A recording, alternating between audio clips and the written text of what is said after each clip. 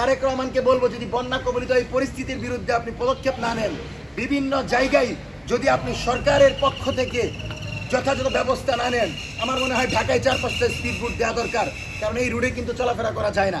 সুতরাং আপনি city corporation থেকে 10 জন প্রতিনিধি পাঠান, যারা এই পানি নিষ্কাশনের জন্য ব্যবস্থা নেবে, দরকার হলে আমরা সহযোগিতা করব। কিন্তু কোনোভাবেই যেন আওয়ামী কোনো এলিমেন্টস, আওয়ামী কোনো বয়ান প্রতিষ্ঠিত না হয়, সেজন্য সজাগ দৃষ্টি রাখবেন।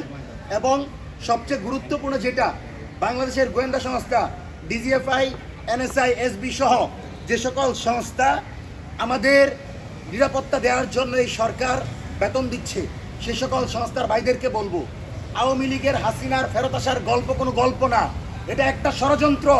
আমি নিজে দেখেছি আওয়ামী লীগ মিটিং করে। পাঞ্জাবের জগতে একটি বিশ্বস্ত নাম, শাবাব এথনিক ওয়্যার।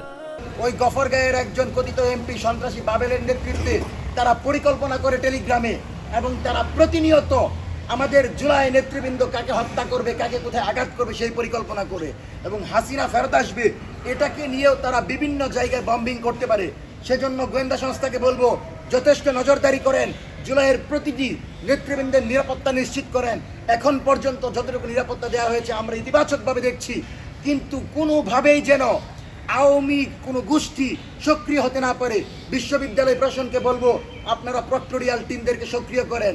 আপনারা দেখতে পাচ্ছি বিভিন্ন ভবনের পেছনে, আপনি রাজশাহী বিশ্ববিদ্যালয় বলেন, ঢাকা বিশ্ববিদ্যালয় বলেন, বিভিন্ন জায়গায় আওয়ামী লীগ পোস্টার করছে, ব্যানার করছে।